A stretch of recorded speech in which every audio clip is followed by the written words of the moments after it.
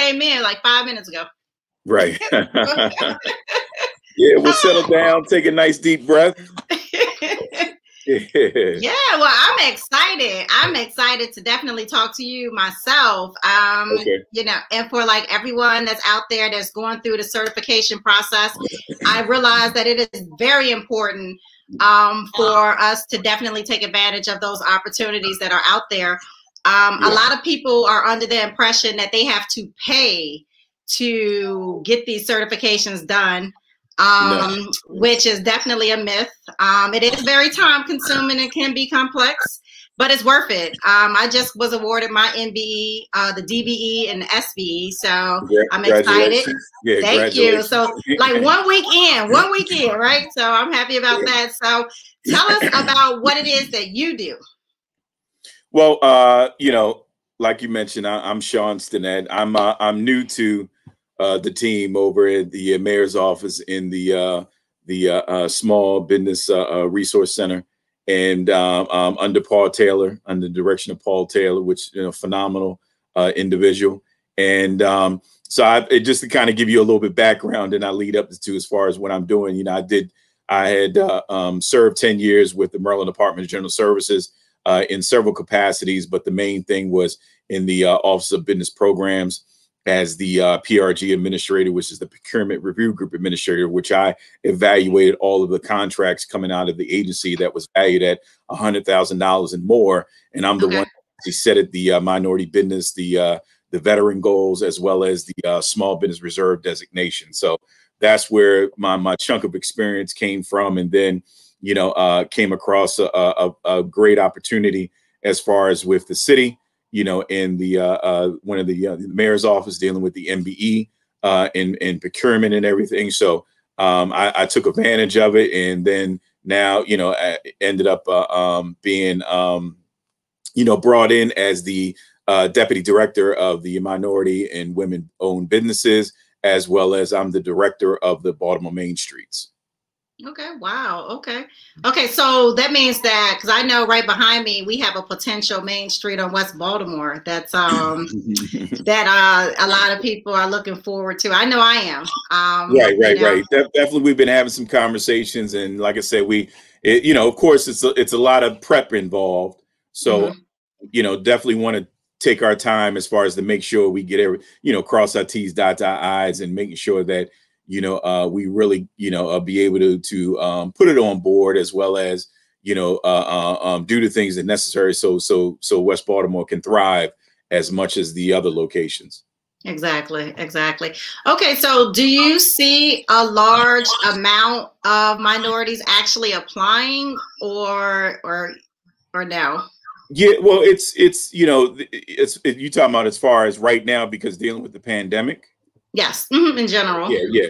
In general, I think that there's more people that are interested in applying, whether being on the city or state level. And it just like how you mentioned when you open up, there's a lot of owners, business owners, has that perception that it costs. So it's no cost as far as going through the process to get your certification. You can just you know, log on to the website, the MBE section of the mayor's office website, and download the application. Or even if you're certified and you're looking to, you know, for expansion of services under your profile, you know, that's very easy. And of course, it's free as well. So, you know, I encourage everybody who falls under that threshold as far as a minority business and women-owned business to really take advantage of that resource, because there's numerous of contracts that are going out with MBE and WBE goals, along with, as far as you know, I'm always big on as far as not only subcontracting, really trying to educate vendors or contractors to look beyond, as far as, especially when they have that experience, look beyond just always wanting to subcontract. No, put yourself in the position to actually be the prime contractor, to be able to call the shots, as far as to be that main person that's administrating that particular contract. Okay. So can you explain to the viewers, I guess, like what the difference is between the sub and the prime, because some may not understand? Right. Well, a prime contractor is pretty much, to keep it really simple, is the boss, is the one that's actually facilitating the contract, the one that actually is contracted with the city or or with the state, but they're the ones that actually is the main contractor as far as with the procuring agency, or the procuring agency, and they're the ones that's facilitating the whole project. So it's pretty much, it's their baby, like they're the head coach. So they have to make the moves as far as based on the scope of services and based on the project, what it calls for, to make sure that you execute the project in a timely fashion, under budget or within budget.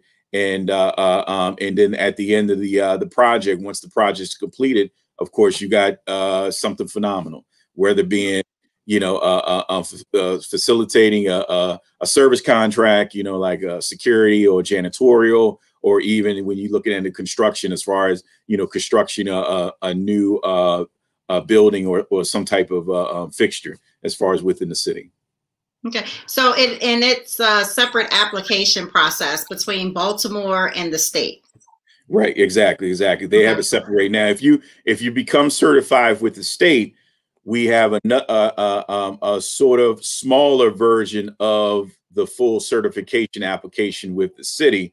It's just that we don't accept, we have our own certification process, but we do look at and understand that you may be certified with the state, but still you'll have to get registered. It's a totally different registration process as far as with the city versus with the state. Okay. Oh, wow. So, but is it faster? Because my process was grueling. Right. Well, No, it depends on, as far as, whether or not, if you have your ducks in a row, at the state, a lot of people have gone through, like, it took them a year and over a year as far as to get certified. But it depends on, as far as, the information that you provide to make sure that it's all accurate and it's nice. So, but as far as coming from the city, of course, our offices are, for right now, it's short staffed, and everybody's working diligently and hard. And of course, it's always a challenge when we're dealing with the pandemic, and a lot of individuals are working from home, or at least in the office 1 or 2 days out the week. So that makes it more challenging as well. But like I said, we try our best as far as to stay in communication, as far as once you do submit your application. I always, keep my phone and my email open to everyone, and saying, if you did submit, or if you haven't gotten to the point that it's been some time that you haven't received any type of notification, feel free to contact me, and then I'll kind of do a little research and contact the certification office to see exactly where that application stands. Okay. Now, are there like classes that people can take in regards to, because I know like the SBA has their classes, DOT does have like webinars and things that you can also attend. Does the city also offer those? Yeah, coming out of our office, and like I said, under the direction of Paul Taylor, we have many resources as far as that, that will provide not only as far as your certification, the steps as far as getting your certification, but just overall as far as business period. We have a resource called Source Link, and that's where you have the opportunity, even if you have an idea as far as, starting a business, it gives you resource and gives you information from startup or growth, or if you're looking for lending and bonding and those things. I recommend everyone, as far as get in contact or get in touch with our Source Link. You can just go ahead and Google Source Link, and you'll find a lot of information, great information. You can pull up the video, and you got my homie right there. My homie Monique. What's going on? I always smile when I see that beautiful face.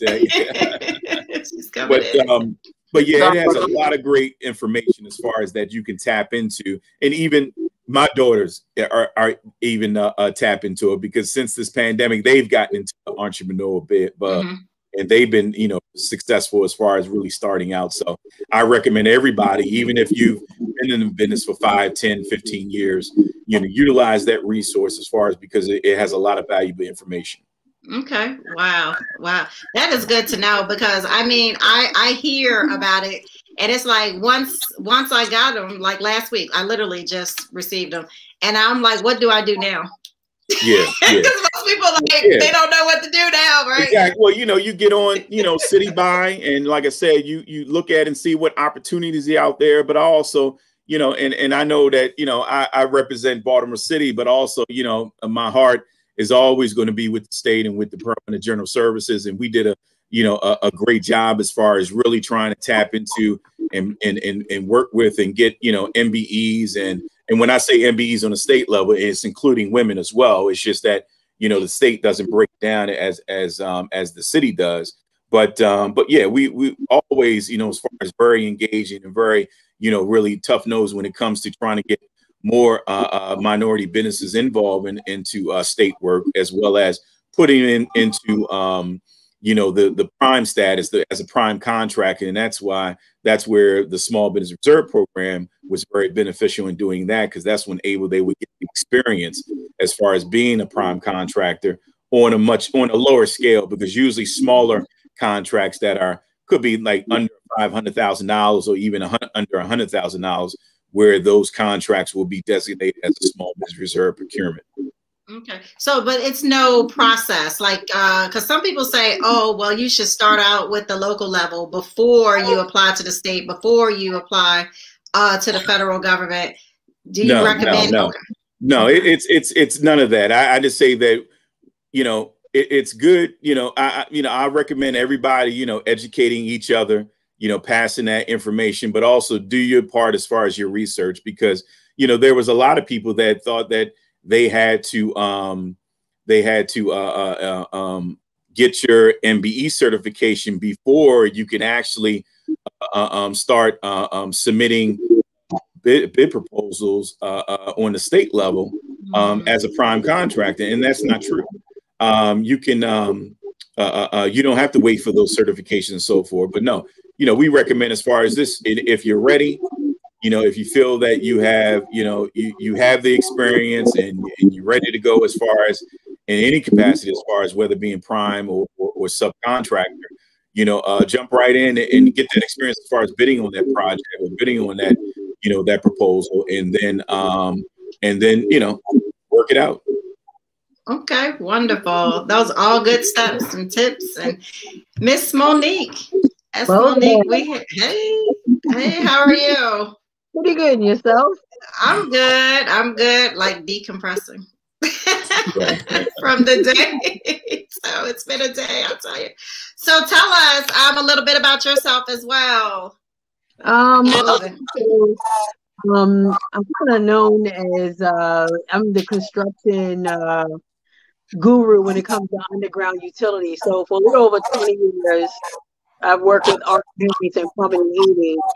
And starting as a one-man, one-band. I can tell you in Baltimore City, I heard Sean, my hero, talk about Paul Taylor, who actually threw out of construction college. And I did a little over 16 years in the healthcare industry. So I knew nothing about toilet sinks, fittings, trucks. And I quickly became acclimated because his program was just so detailed with how to bid, how to bond, how to get your finances together, how to have a good CPA, no longer using your friends in the back room. You've elevated.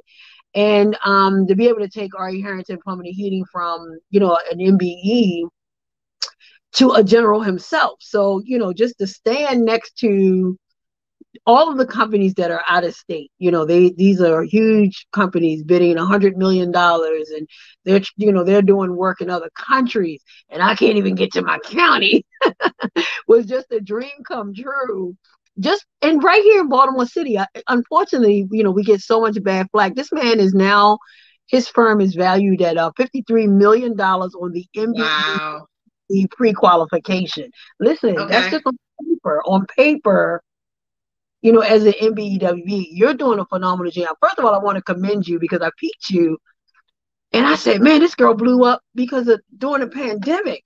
Like she actually, let me tell you, that's strength in itself. Thank you. That is so, it's such a motivating thing to see people just bloom in one of the most weird, unprecedented times. So I want to commend you that.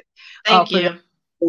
Kudos to you. But the other thing I would like to say is every time you do something, add something. You do something, add something. Sean had mentioned it earlier about, how you render services and how you're getting to work. Go back down and in the midst of your annual review, you can submit and add services. So although you're qualified as an MBE and or a WBE or the disadvantaged MBE, MDOT, we're WSSC. If you render a service that has a dollar value to it, they can only review it and say yes or no. So if you, let's say for instance, like right now we do underground construction. If I wanted to say, you know what, I've been hauling all of the debris that I'm digging up across the city. So let me add hauling, trucking and hauling. That way I'm more bondable, work worthy with the larger firms. And listen, unfortunately, we groom and nurture everyone. So I think what people misunderstand is I can't work with the larger company. If the company is designed, generals are designed to give the work to the MBs and WE. We work and you're working. But if you're not knowledgeable or cannot do your process. So I think it lends to how do I do my certified payroll? How do I submit an invoice? How do I get my bonding? That's not what we're bringing the subcontractors in.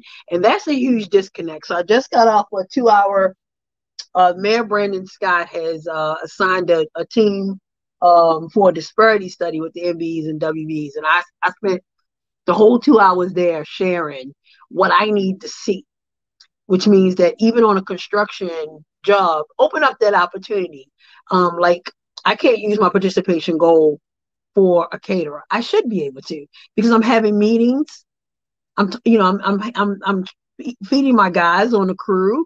So if I have a minority contractor who's a caterer and they look at me and say, well, you can't use that MB. Why? A photographer. The engineers has designed, the underwriters and the engineers have designed these contracts. They may not necessarily have the ability to get the CCTV and done under the ground, but I know a photographer that may have a drone, that has camera capability. So that was my challenge to them. While you're doing the study, finding out all the bad things, look at some of the pieces that are out there as well. Waivers. We want to make sure that you are getting on proper jobs and no one can have you thrown out. Like, oh, well, we see that his business is not in good standing, or, you wrote down trucking, what they say, hauling. I need them to lie before you after they've awarded you your MBE WB. Do not allow you to stand solo in the bidding process, be it that you bid as a sub and or a general, making sure that everything that you renew stays on point. It's hard to get funding. I've seen people come in and have $100,000 invoice to a large firm. Well, you have a pay-when-pay contract. Can you handle your insurance? All of your operating cash flow. Can you hold off in 4 and 5 months waiting for Baltimore City or some of the municipals to pay you? Because the general is not obligated to pay you. You have a contract, pay when pay. Wow. Okay. So educate the firms on that. Don't think that you see this big dollar. Oh, you're a big company, Harrington. You pay me and you wait for the money. That means you want me to exhaust all of my funds. So I'm depleted my operating cash to help the minorities. And I have about 45, no less than 45 MBEs and WBs that we've helped along the way, probably in the 17 years of his 20 years that I've been there. So we love doing it, but no one returns that volume. And that's another thing that I shared to them. They need ongoing education. It's just not about you filling out your paper saying that, I don't know why every 2 years you got to say you're a minority. I think after your first go around. Hello? Because that's what I was like. I'm Black. Right. I don't get no Blacker. So like every 2 years I have to check the box and say so. And then I think they're going to try to purge the MBEs and the MDOT together. They should sync together. Like, why do I have to go, all of these different avenues to do the same exact work? So how can we sync those things together? But that's the key. The key is knowing that don't undersell yourself as an MBE. Like, try to hold on as best as you can. Get the mentorship, but you got to know that if the generals are working, it's hard for us because if we're not paying you and then you're submitting your certified payroll, you're getting dinged with fines and fees and have to appeal it. You're losing money every single day. So it's just to, keep that relationship and a conversation open with all of your general contractors. But like Sean said earlier, like I take pride in the fact that the MBEs and WEs that work with me, heck, they my competition now. So I think I overtrain some people. I overtrain. I can say what's his name? The PCCI. He did homes, new development. He built a commercial settings. He never did underground construction. He never did utility, water, sewer, some drainage system, the water main breaks. We just did 18 of them in the last 2 months. But because he came under us with the umbrella, we were able to show him what we do and how we run the operation, as well as the relationship we have with MBE and the pre-qualification and the board of estimates. It's an ongoing process, and it takes time. It takes time. So you got a lot of work to do. Yeah. Oh yeah. I'm still trying to figure that part and stuff out. So you mentioned fines. Is that from parking fines or fines that they're not doing what they're supposed to do? No, in my sector, a fine could be, let's say, I cut a 20 by 20 hole in the street, and I notify the Department of Transportation of the date and the location, the size that I cut it. And upon completion of the job, I'm supposed to restore that site, be it that it's the sidewalk, curb and gutter, or the roadway, back into its original condition, basically. But it could be inclement weather, cars could be parked there, so the inspectors will go around and see that you did not restore it. And that's a safety hazard, of course. That's something, or maybe the plates that you're driving over. If you're driving over a plate and you hear it buckle, it's not secured right. It's not enough asphalt on there. So that's a fine. Those are fines that you don't want to have. Submitting your certified payroll, you have 14 days to notify them that in your wage scale job that you paid the employees what the contractual terms and agreements were. You fail to do that, there's usually $150 or $100 per day per employee. Yeah, so wow. know what your fines and fees are, and kind of ask for an appeal or a waiver on everything. They can either say yes or no. Say, hey, I forgot about that plate. I forgot about this location. I did it today, and they'll waive it. Or I submitted the payroll in time, but I forgot one guy. They'll waive it. So just try to appeal everything, especially starting out. But just know that going in, I always tell people, and I shouldn't tell everyone this, but I always tell people this: ask your general contractor for a net 14. Say, because I'm giving you the best rate, I'm a small company, a one-man, one band, or maybe a small crew.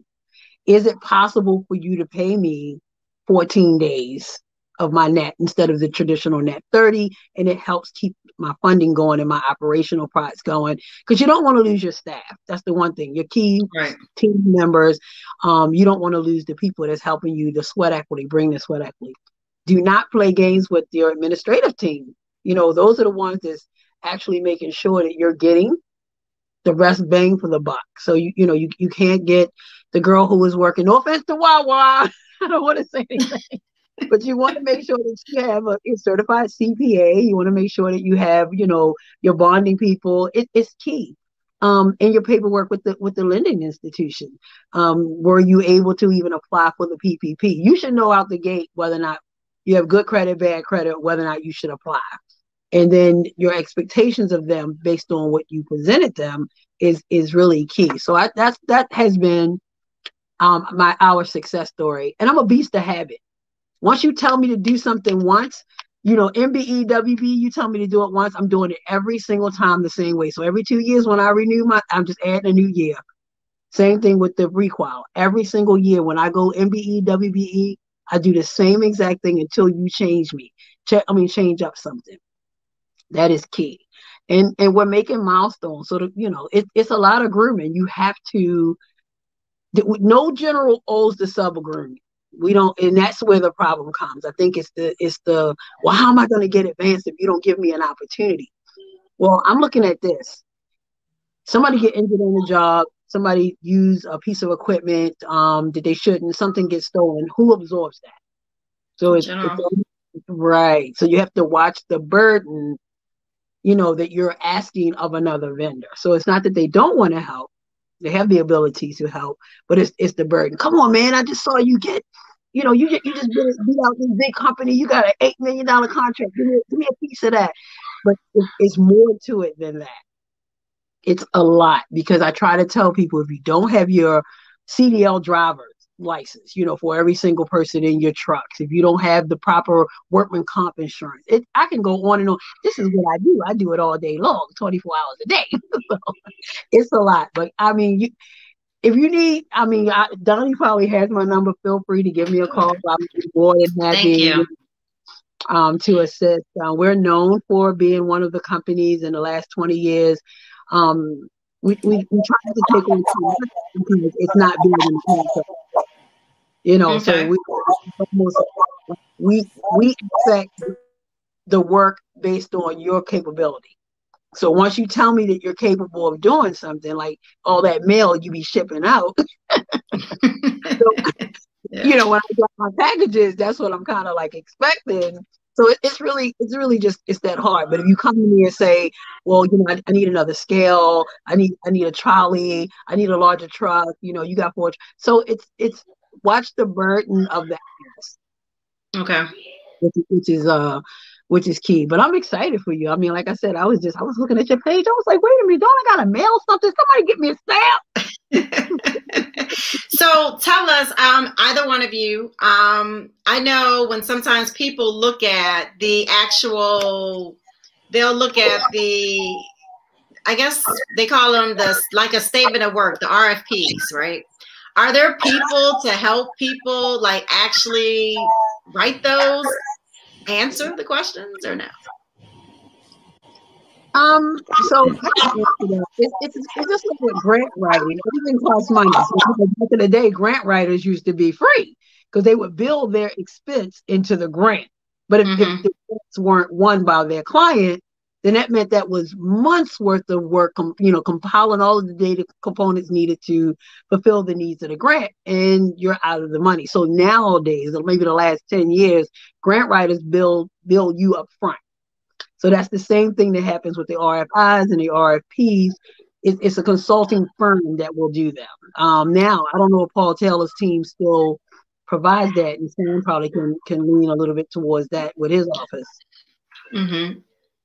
Yes. I mean, that's and I'm assuming I may be the one that's kind of providing a little feedback and stuff. So my apologies for the background noise. But if I can, let me just go back a little bit, because it's so refreshing when I hear people talk like Monique, and as far as a successful business owner. And I think that more startup and more first time business owners really need to listen and hear stories. And because of course, they're going to be in line to make, some errors on the way and so forth.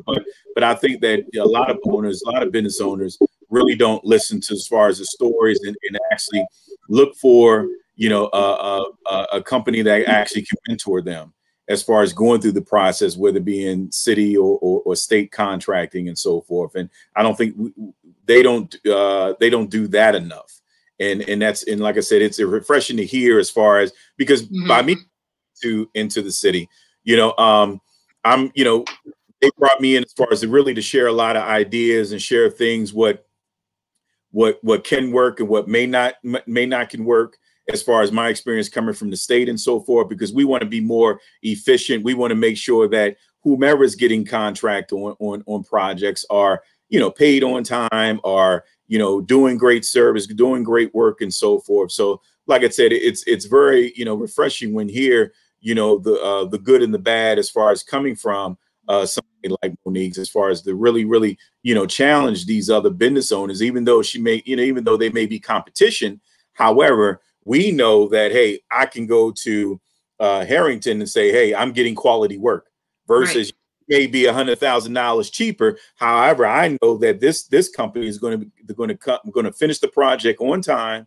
Is going to finish the project under the allocated cost, And that's what we're looking for, as far as to be more efficient in that and be able to award contractors in that particular manner. So like I said, it's refreshing to know that, to hear those things, so we can do better as far as servicing minority business and the women business communities. Okay. Yeah, it is. Now you mentioned the disparity study. Is anyone, I guess, like able, or is it just people that have been awarded those certifications able to participate? No, actually, they did a call for, they threw it out to the public that if anyone is aware of any groups and organizations that was interested to lend their ear to best develop it. They are on the Baltimore City's fiscal year is June, July. And I think their study has to be completed by October of this year. They already started October the 5th of 2020, and it's going to end up. So yes, you are allowed to give some insights about it. Like if you feel that, hey, the WB participation goal for women is extremely low, or my scope of services that I rendered are not, are not there.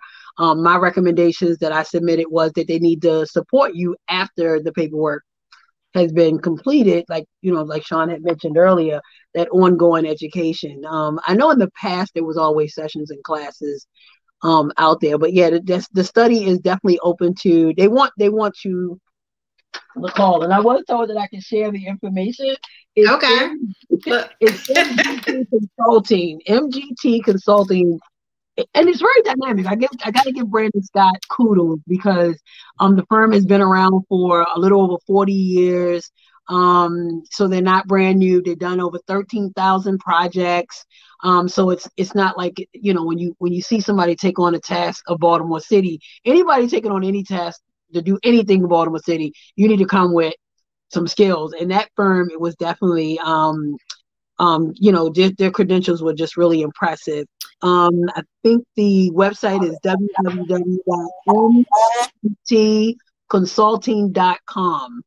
And again, that's mgtconsulting.com. And they have a link where you could actually just submit anonymously any issues or concerns, any recommendations on how to actually get your paperwork. Like right now, fortunately for you, you have your documents. There are people whose MBEs have expired in September of last year and have heard no word. And we all know that right now the teams are changing.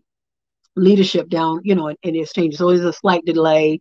The extensions are being granted if you are already an MBE or WB and your paperwork hasn't been reviewed. But that's a huge piece. Your business is on hold right now because you haven't had your upgrade. But I love the fact that even remotely, a lot of people in the city, they're still working. Mm-hmm. Yeah, actually those what they call it is the virtual community engagement meetings, and actually started today. They had 2 sessions that MGT Consulting have facilitated, which is going to be ongoing. But you're exactly right. Okay. Now, therefore, the disparity study. So you mentioned that there are potential, not grant writers, but people that would actually help people if they saw something that they wanted to bid on. Sean, do you have that in your area? Because again, it's a paid thing, like I said before. And some of the RFPs, they're really not that hard. Once you have your capability statement and you're sticking to what your specialty is, like I said, I'm a beast of habit at what I do.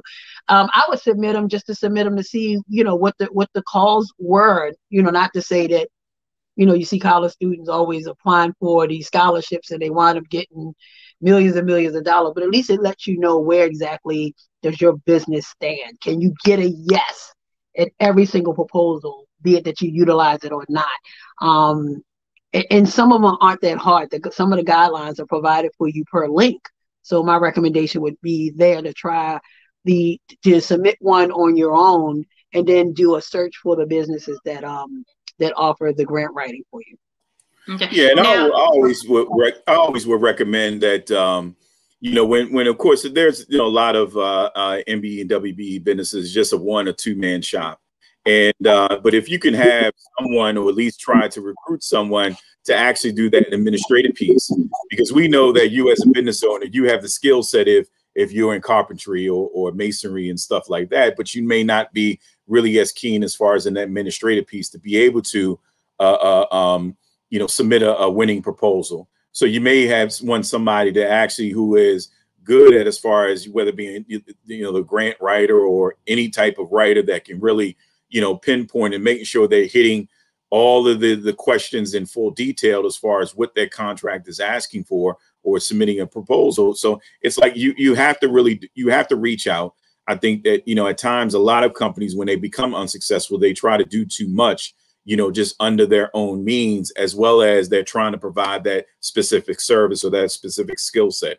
So sometimes you have to reach out to another individual, whether being a family member or somebody could be, a junior or senior in college that maybe, it's majoring in business. Try to lure them in as far as to get that. And also it's cost effective.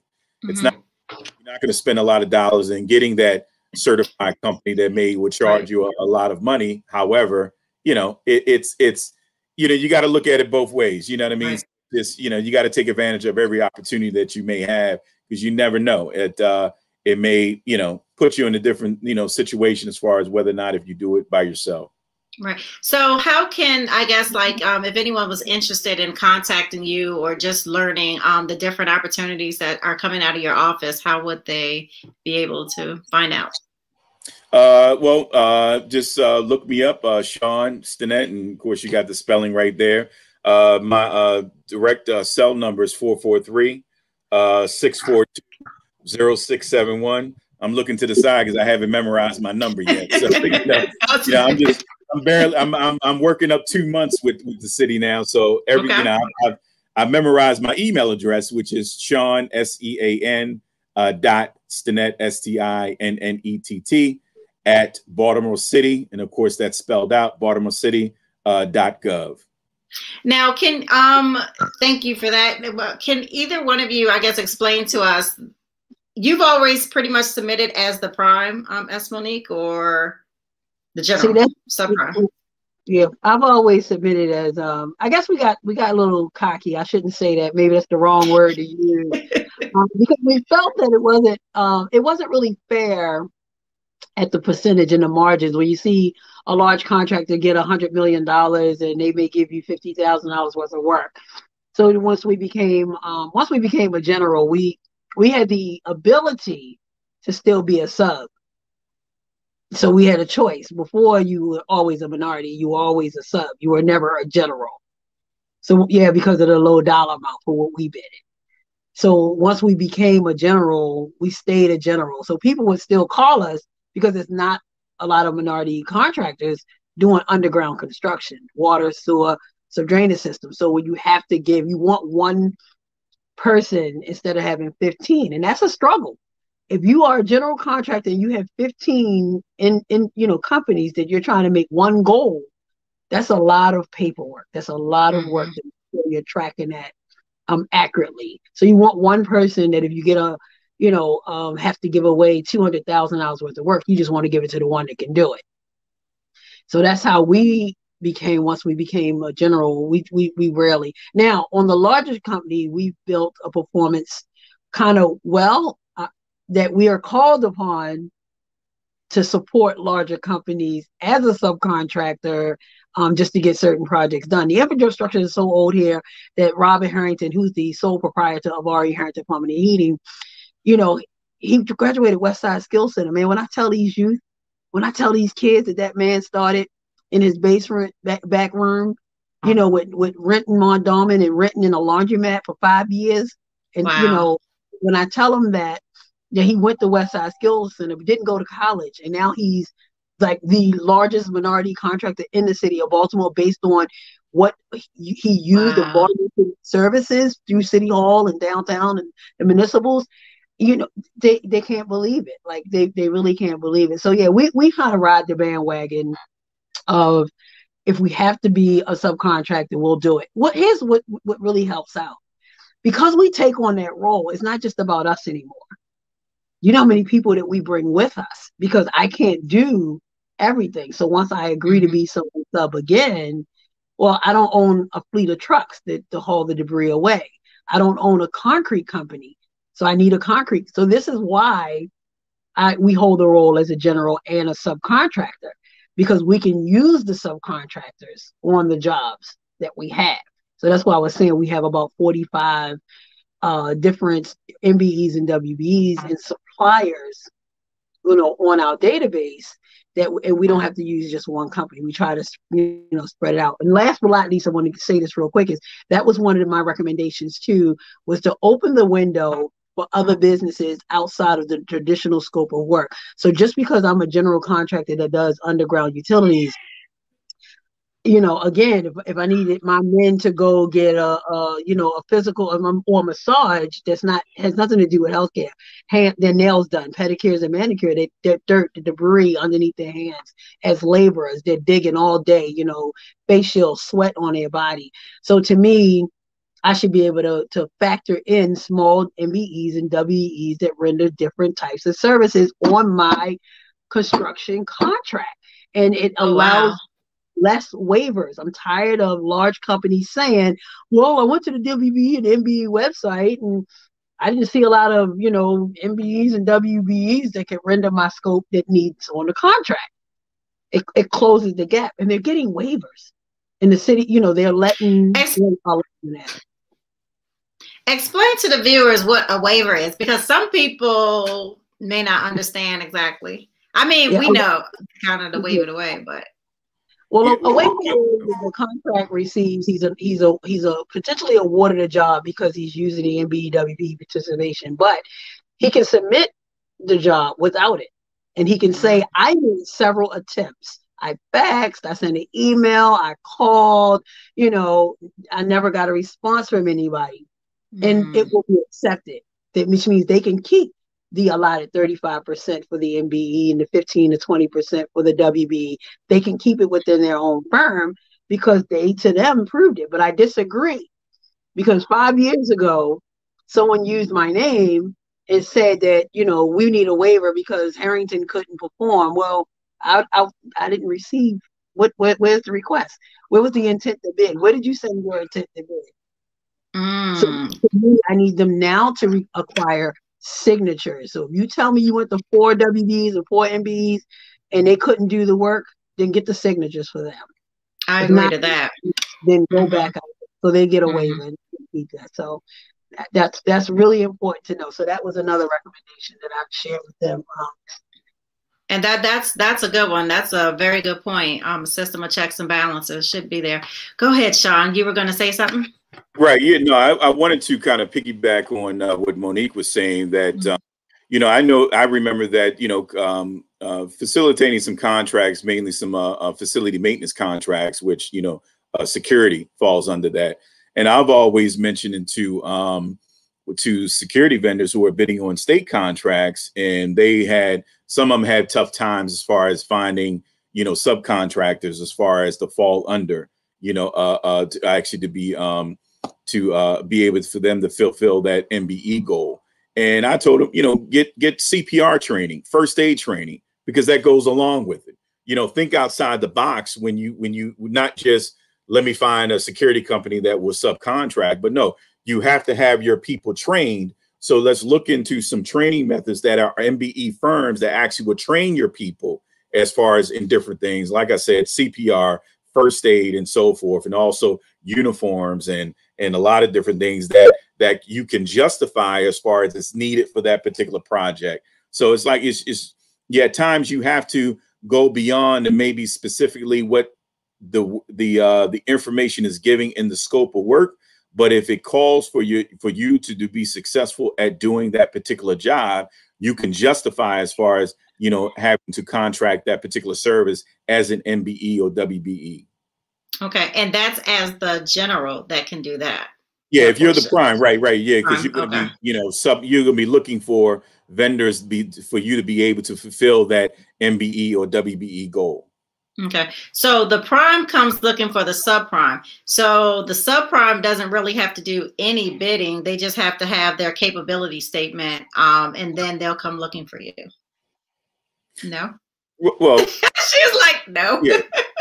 Well, if you're the prime contractor, of course, you're soliciting opportunities as far as that's falling under that particular contract. So you're looking to see who subcontractor is presenting to you a proposal on, you know, how much it's going to take for them to fulfill that particular service. So you can, you know, and they're looking as far as that you come within budget, as far as within your services that you want to provide, as well as you're also utilizing that resource of your MBE and WBE certification to say, hey, you can add me to your contract, you can fulfill your goal, as well as I'm providing you, you know, the service from my company to under budget, so you can be able to be within budget at the end of the contract.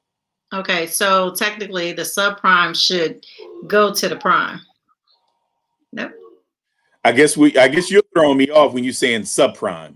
Oh, like the subcontractor should go to the contractor, the general contractor. Right. Well, of course there will be a solicitation process. So of course the prime contract is their responsibility to outreach towards, and that's what Monique was saying, to outreach the MBE, WBE community. Of course, I know that as far as some state, there was a lot of fraud that was being taken place years ago, where of course anybody can look up in the MDOT directory, MDOT directory, and find people's MBE certification numbers. And a lot of vendors, unfortunately, that were really cheating the system, were taking those vendor ID numbers from those companies, putting them on the contracts and saying that this is how I'm going to be achieving my MBE goal. So when we go back to do compliance, just to make sure that they've been paid for from those contracts by those primes, they don't know anything about it. They don't know anything what's going on. So it's all a series of steps as far as doing compliance and doing monthly checks to make sure that those contractors, those subcontractors, are getting paid from the prime. And of course, there's different stipulations as far as what happens as far as between the state and the city. And at least personally, I'm hoping that we're really kind of sort of emulate those procedures when it comes to compliance and holding, you know, these prime contractors accountable, and not as, you know, I've been hearing stories that, you know, some folks have been replaced without it going through the process of the checks and balances as far as with the city. You know, we make sure that before anybody's thrown off of a project that actually comes through our office, we're notified, but also at the same time, if that happens, it's still your responsibility to pay that MBE, because you have a contract set that's what you're going to do. They were going to provide a service, but it was your wrongdoing as far as the going about what you did without really going through the ones that you had contracted. So, you know, it's, you know, and I had to, like I said, even though I'm working for the city and you know, working in the mayor's office, it's refreshing that the mayor is putting in people and really opening it up beyond the city walls, the city government walls, and asking for people to say, hey, what are we doing wrong? What are we doing right? How can we build? How can we strengthen up our processes? Or do we have to change everything altogether? So that's a thing that's happening, as far as, because we want to get that sort of that bad impression that folks don't want to work with, don't want to do business with the city of Baltimore. So it's like, we change, we have to do better. We have to go through and just look in the mirror. I always say, Michael Jackson saw a man in the mirror. We got to look in the mirror and say, okay, what are we doing right? What are we doing wrong? And we need to improve upon that, because at the end of the day, we're serving, the minority business and the women business community, and we need to serve them right. I agree. Totally agree. Now, I know for a fact that you, Sean, you actually participate in a lot of community service outside of what you do for your full time. Could you talk to us a little bit about that? Yeah, several things. I'm a community association president with where I live at, which is West Arlington. I'm also the president of the Northwestern District Community Relations Council, where we, represent all of the communities that falls under the Northwestern District, which we call Team 600.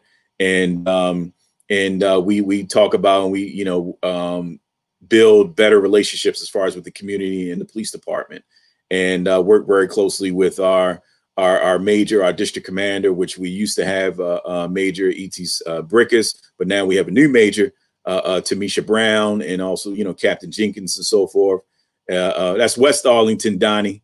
Get it? Not Arlington. There's an Arlington community, but I'm West Arlington. He said, get it right. Yeah.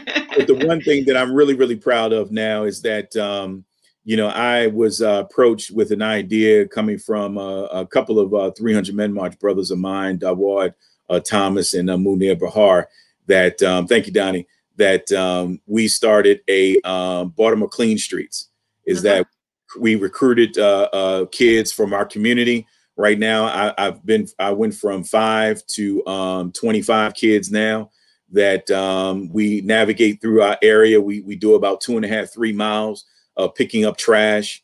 And, I pay them $10 an hour and they walk away with $30 cash. My team captains walk away with $40 cash. And, it's just, we trying to put more sense of pride as far as in these young kids' minds, as far as when it comes to really holding their themselves accountable and really taking more pride as far as in their community, especially when you're talking about as far as, keeping the community clean and healthy and beautiful. And it's, I love it. What I get out of it is 10,000 steps every time we go out. You know what I mean? Everything goes to them. And it's like, these kids come from various different backgrounds, but I had never one issue from anybody. And at that, I can say, and I'm not going to, change the subject area, but I can say that I make sure that the parents, as well as myself, we hold everybody accountable when it comes to the education of these kids. First and foremost, I'm not blaming anybody. I don't think anybody, to me, should be questioned. First, the first ones is us, as far as, and then the community need to be questioned as far as the education of our own kids, not the government, not the public school system. But so trust me, they contact me and say, hey, send me pictures of their child getting principal of the month awards, or their report cards and all that, because it's important to me. I keep, it's very important because, I have 2 girls and I keep, on them as far as, when it comes to education, because that's how my family were built up as far as, education and so forth, because that's the only way, for us. You don't have to, you graduate from high school, but you don't have to go to college. But as long as you're doing something productive, and definitely as far as to be able to provide for yourself and for your family, that's what it is. Because I was just, very pleased that, I used to coach basketball years ago with Baltimore City Community College and Bowie State University. And one of my student athletes just emailed me today and said that, he needs some help. He did a couple bad things, but he's got himself back on track, and he actually got his certification in welding. And I'm like, dude, so that's a trade you don't really hear a lot. Everybody want to say STEM here, STEM there, but really, just like Monique had said earlier, as far as we're when it comes to our infrastructure in the city, we need a lot of work. It's a lot of work needed. But when you're talking about different trades like welding, I'm like, dude, that's wonderful. And I'm like, help you out no matter what, and help you keep on that right track, as far as so you can be able to be productive and provide for you and your family. Amen. And as Monique, I heard you talk about those kids that you were talking to children in regards to the history of the owner of the company. So the community service that you do. It's just we work a lot. I think that everyone, to me, is a concerned citizen when it comes to missing children and human trafficking. So just based on a personal story of myself, I won't go into today. I want nothing but the best for every young adult to have an opportunity to be a young adult. And like Sean said earlier, it's our responsibility to invest in them when and where we can and how we can. So I'm just grateful to be able to do that and reach out to them. Mentorship is really huge. And like Sean sent that welder to me, because we actually have 2 welding companies that's always looking for apprentice. And we have to actually weld our initials on the plates, because when you're driving over the plates, the initials are engraved so other people don't steal them. and accountability. So if something's wrong, they can't say, is this Harrington's plate, because it's not properly ID. So that's an entrepreneurship opportunity for a young man who looking to get into construction. It has nothing to do with it. But, you know, it's so many ways to open up the doors for people. So I do that on both sides with the construction side. We usually bring in like 2 adults. We've already chosen 2 adults. And unfortunately, yes, I want to help the city, Baltimore, write them a check. But, you know, that's what they do. I don't want to do what they do. I want to, because we take pride into hiring them ourselves and educating them and taking them out hands-on. You know, that's the strength that we build. We want people to say that, you know, there was an African-American man that had nothing and built his way, and he's bringing other children along the way. And the same thing that I do, you know, I try to tell the world that all missing children aren't dead. Like, we're out here, keep looking. And that has changed the mindsets of how the National Services for the Children look for missing kids, look for runaways, look for the long cold cases that they gave up hope on. So I'm grateful for the community work that I do. And Sean, I got to give him props, man. I see him. He was standing there, big old picture with 5 people. And next thing I know, he has a whole squad behind him, you know, like and that's so inspiring to see. I love it. The Northeast Citizens on Patrol, again, in our community, so we can canvas. We just want kids to see that we're there. We take our community serious, and we're bringing them along the way. We want to show them they will only learn beyond us just telling them what they need to do, us showing them. And that's what Sean does. That's what Mr. Harrington does. That's what I do. We take them along the way. Okay. I love it. I thank you both for like joining me tonight. And I just want to circle back. And if you could mention one goal that you would like to see accomplished in Baltimore City as you leave us with your information and things, if you could do that. We can start with whoever. Ladies first, Monique. I gotta bow down first, you know, please. You just trying to be nice to this Women's History Month, but I'll take the floor. You know, Baltimore has so many horror stories going on. I just want more of the light of the great work that we do to shine more. That is the goal for me. You know, like a business like yourself, I want that to be as well known as The Wire. You know what I'm saying? Like, let that be the story that our young kids hear about, you know, not what goes on, you know. I don't want to mention it. Never mind. I'll throw that out, my thought out the mind. But that's really the goal, is to make sure that, you know, my hometown, that's looked at so just, you know, we're so far beyond all the horror things, and it's going to take all of us to fix it. You know, like I said, we're under new leadership, you know, lending our resources to Brandon Scott. He's one person. He cannot do this by himself. Exactly. So everyone kind of gets involved. That's the key. You know, do what you can. If you hit a hashtag and type in "do what you can," you know, President Obama won 2 campaigns. Why? Because he asked for $5 from people. He didn't ask for $5,000 and $50,000. He had great sponsors, but he won because the average American who had a heart that wanted to see our country better did just a little bit of something. And that's the hope that I have for Baltimore City, is that more people like Sean and myself take one kid that turns into 5 kids, that turn into 25 kids that become entrepreneurs living their dreams. Amen. Amen. Yeah. Amen. I should have gone first because Monique just dropped the mic. She just dropped the mic, so I'm kind of mad at myself now. I should have been making some notes. It's like, how am I out now? I know that's hard to follow. But one thing I want to say, of course, I want to showcase my shirt right here. You know, okay.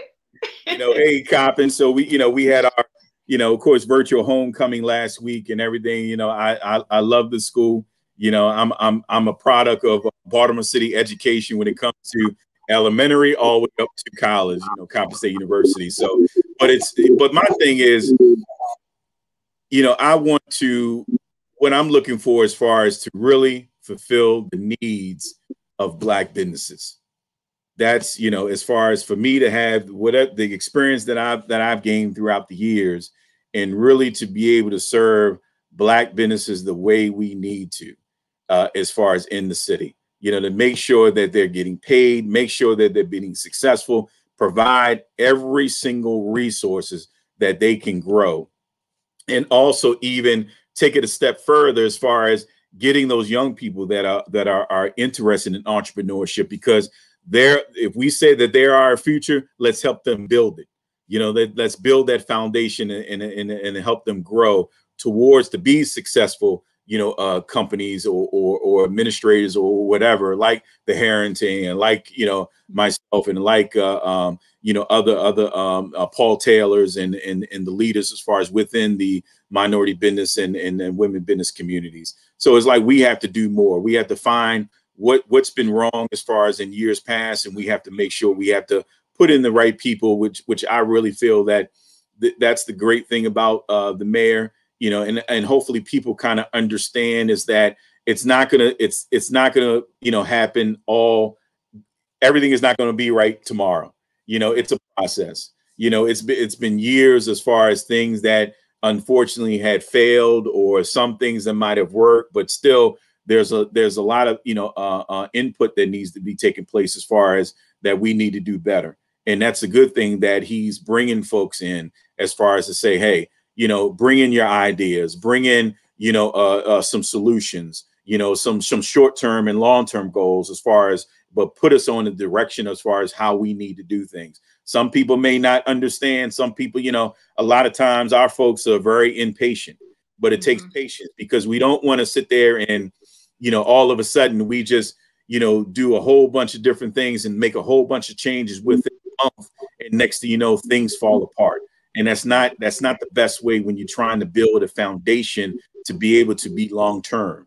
So it's like, you know, so we have to take one step at a time. We may eventually have to take a 1 or 2 steps back, but at least we get back in that direction. And I think it really, really is that I'm excited with the acquisition of, you know, our new deputy mayor, Ted Carter, who is going to be deputy mayor of community economic development. Looking very forward, because sometimes, you know, and some people may say, well, he's out of town and this and that. But hey, you know, if you got an idea and if you got a vision that it's going to support the minority business and the women business community, and you're open and you have an open mind and open ears to listen to the people, because I could say, hey, you know, I'm from Baltimore, born and raised, you know, I'm here, you know, I'm trying to do my part as far as and give my input and ideas so we can make the change for the better. So I really look forward to that. Look forward to, you know, serving many years as far as under, you know, Mayor Scott's administration. But that's, you know, when it all said and done, you know, we can build this city the way we need to build, as far as on the backs of some strong, loyal Black businesses, and really, you know, to be more sufficient, you know, as far as towards our own community more than anything else. So I think it's exciting times right now. I'm excited. Look, both of you, I mean, I've learned so much in this last 58 minutes, and I'm telling you, I mean, I'm encouraged. I'm definitely encouraged. I'm not a resident of Baltimore City. I was, I think we moved in 2011, I want to say, but my business is in the city, and it's been in the city for some time, since 2006, my real estate business, before I actually opened up ANC Pack and Ship. So, and now we're putting the actual freight forwarding business into a warehouse that the city just recently signed off on us, putting it in this location. So I'm excited, you know, to be able to bring some businesses with my business, because what happens with that is that we'll be able to expand and use our location for other businesses that want that warehouse space as well. So I'm highly excited. I'm excited about the Scott administration. We definitely needed some fresh eyes. We shall see. You know, I mean, I'm praying for him. He's not my mayor, but, you know, at the same time, he does affect my business, his decisions. So right. So he is your mayor, because you have your business here, but hold us accountable, because that's the only way that we're going to be able to get better. You know, hold us accountable, and let's do it right. You know, let's do it right. You know, call me up and say, hey, no, you're wrong with this. Send me an email. You're wrong. You're right, or you're wrong. Or I need this. I need that. But as long as you do your part, we can't just knock on your door and give things to you. But as long as it takes twofold, as far as you doing your part, as well as us for our city government doing our part. I'm excited. I really am. It's refreshing. I thank you both for the information. I mean, it's a wealth of knowledge. We learned about capabilities, waivers. Let me see if I got it right. Prime. No. Prime. Yeah. Prime and then the general. No. Got it. Well, and yeah, then general contractor and prime. Yeah. Okay, and then we had SourceLink, CityBuy. And then we also had mgtconsulting.com for the disparity study. I mean, that's a wealth of information. I mean, people have a lot that they can kind of go and just Google, because Google is your friend. You know, I try to tell people that all the time. And if I can say one more thing before we let off, please. For your viewers, if you have if you're looking into, as far as your viewers, if they're, you know, food vendors or, you know, have a clothing line or whatever have you, Baltimore Main Streets, we have a lot of vacant storefronts in our 8 business districts, which of Bel Air, Edison, Waverly, Hamilton, Laurelville, Pigtown, Federal Hill, Fells Point, Pennsylvania Avenue, that we have a lot of available storefronts. So if you're looking to actually a brick and mortar and actually move into a storefront because you have a great product that you want to sell, please give me a call directly at 443-642-0671 or send me an email at sean.stinnett@baltimorecity.gov. And so we can possibly, you know, link up one day, take a visit as far as these vacant storefronts, and introduce you to my Main Street manager so we can actually, you know, possibly, hopefully be able to get you in and fill, because we lost a few businesses during the pandemic. However, we want to get some more businesses back to these main streets and really, you know, to be able to these main streets, be able to thrive even more. So please definitely reach out to me. And one more time, Miss Monique, if you could give us your contact information, because I want to make sure everyone has it as well. R.E. Harrington. We can't hear you. I think you're on mute. Yes. Thank you. Yes, it's reharrington.com. Okay.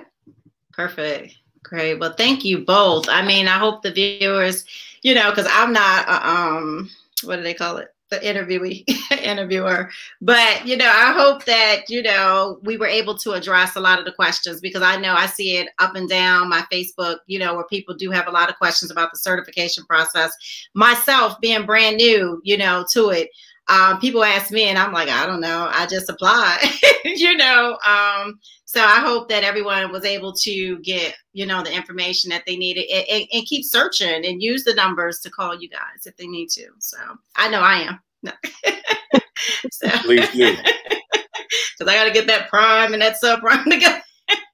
So, but thank you both. Thank you. It has definitely been knowledgeable. So thank you. Thank you. I appreciate you. Thanks for having me. Thank you. Thank you.